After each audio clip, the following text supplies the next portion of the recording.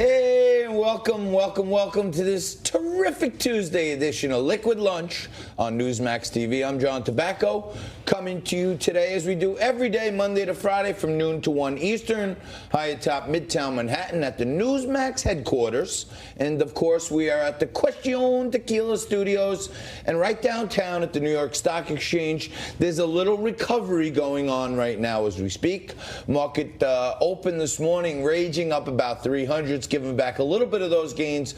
Now up just about 100, well above 26,000. I'd like to see it nibble back up over 27,000, but there's still all this China talk and tariff talk and all this other stuff. Frank's going to get into that in the Frankly Speaking. We'll talk about all that later. And Bitcoin continues to amaze and confuse me. When just last week I said the IRS was sending out notifications to people, reminding them that they had tax implications on sales they may have done. I thought that might strike a fear into investors. We also heard that some legislators pushed by the banking lobby were talking about states issuing licenses for people to do business in cryptocurrency. I thought that also might throw some cold water on the Bitcoin crypto phenomena. But it seems like the opposite is happening, and the institutional interest is probably spurred on a little bit by seeing federal regulators are starting to pay attention to this thing. When things are a little more regulated, it's not like the wild, wild west. And it looks like Bitcoin is on the rise here at just about 12,000. And, you know, every morning I watch Morning Joe. I have to admit it. I watch it in the morning to get my blood going. You know, I put it on to hear what they're saying in the morning, and I like to refer to it sometimes as morning joke, because some of the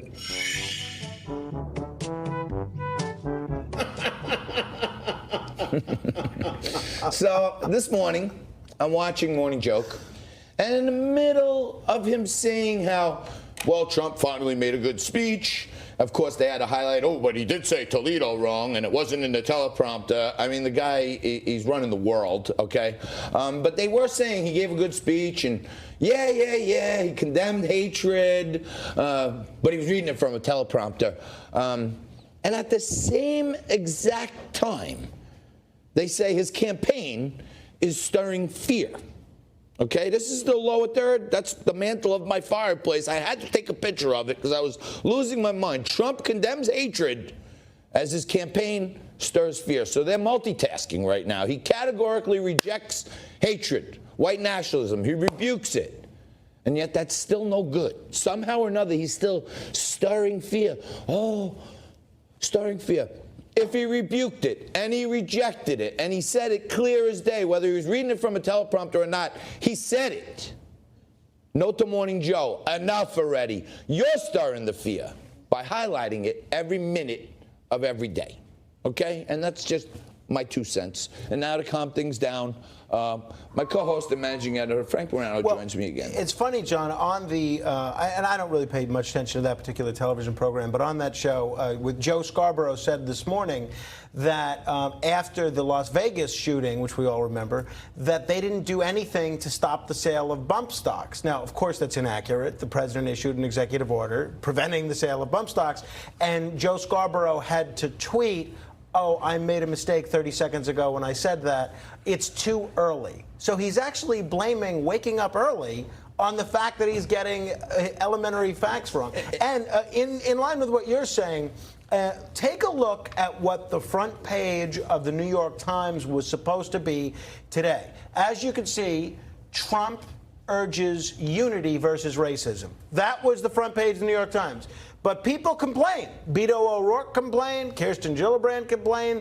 A whole bunch of people complained. So they changed the New York Times. They changed the front page of the New York Times to bow to the wishes of the Twitter mob. Take a look at what this morning's front page actually ended up being. It said, well, we can't see it there, but it said something significantly different. It said they changed the New York Times headline because it was too nice to Trump. Of a Twitter mob. Yeah. So it's just like when I'm talking about Morning Joke, it's a joke of a show when you make a lower third that says Trump condemns hatred, but campaign stirs fear. This is great news. It doesn't make sense. John, it's a joke of a sentence. This is great news because all this says, any of your viewers out there, any of our viewers that aren't happy with the sort of headlines that we see in the New York Times on a daily basis, all we have to do is get enough people to complain about it on Twitter, and we now know the executive editor, Dean Baquet, will cave to our wishes. None of those are any of the subjects that I am speaking frankly about.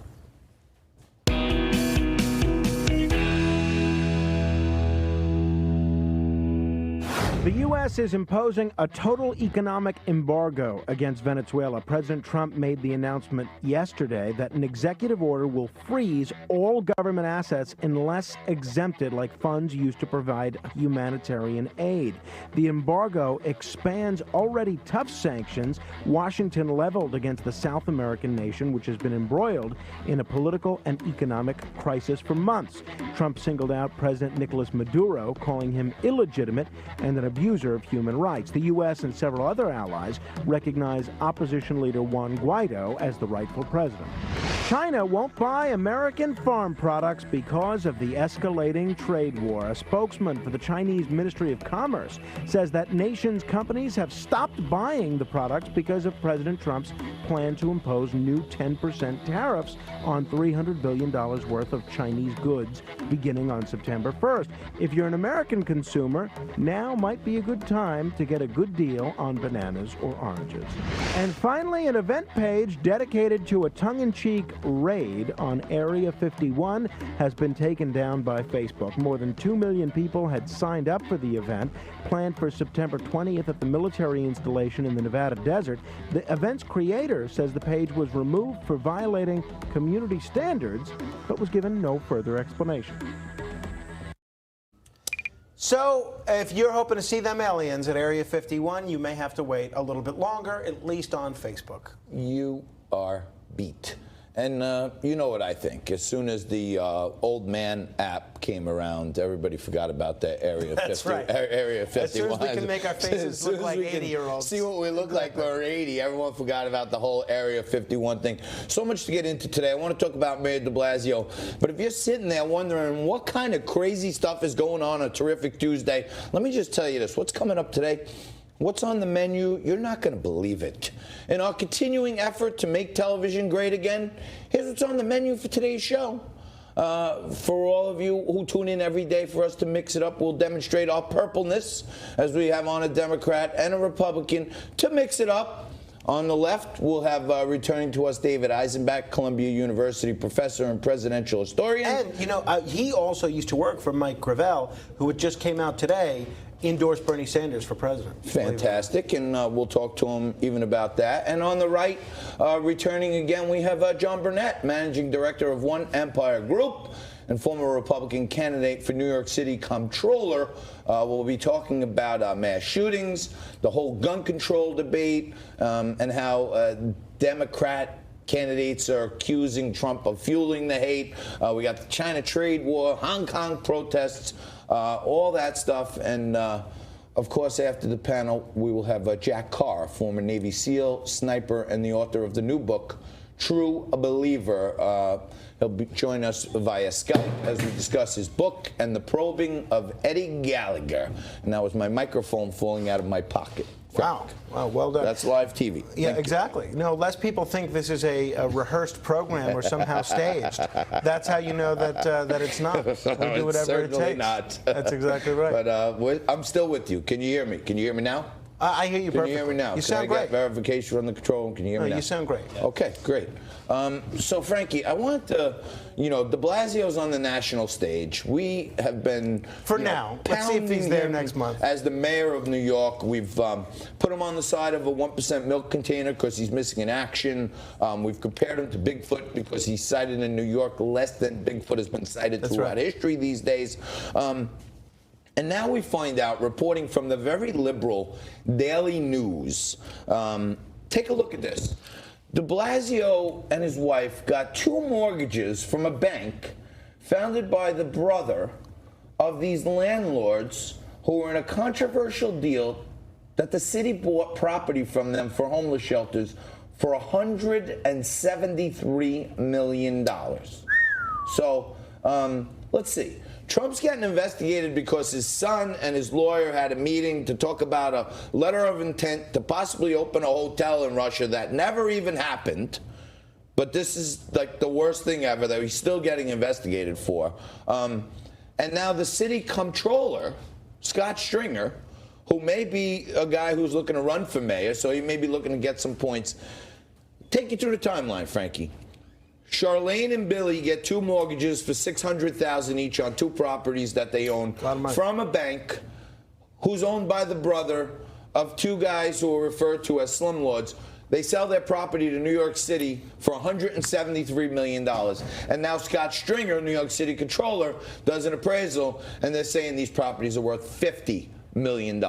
Why is nobody investigating de Blasio? Well, there's been an ethics complaint filed on both a national level and a local level, looking into not only these pay-to-play practices, which those of us who've observed de Blasio for some time have become accustomed to, but looking into some shenanigans with his National Political Action Committee. So he formed this National Political Action Committee to raise money for Democrats running all over the country. And then, lo and behold, he uses all that money on himself. So there's a lot of red flags going with respect to de Blasio that people are looking into. Do you remember when Donald Trump fired the person investigating him? No, I don't think he ever did. No, that's right. But you know who did? Bill de Blasio, the commissioner of the Department of Investigation, had an investigation going into why the mayor gave a pretty valuable land variance to somebody that happened to be the lawyer for one of his key campaign bundlers, and allowed that person to push out a whole bunch of nursing home patients, including AIDS patients, and make way for a luxury real estate development.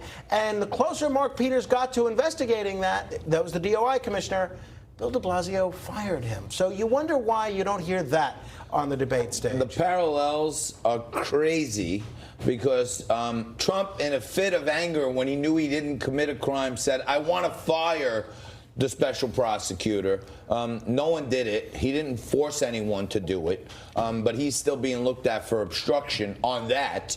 But Bill de Blasio gets 2 mortgages from a brother of 2 guys who get $170 million from the city. Turns out the properties are worth $50 million, and the person who's investigating it, de Blasio, fires, and we're A-OK. Two sets of rules out there, folks, and this show is about to get more terrific right after this. We mix it up with Johnny Burnett and David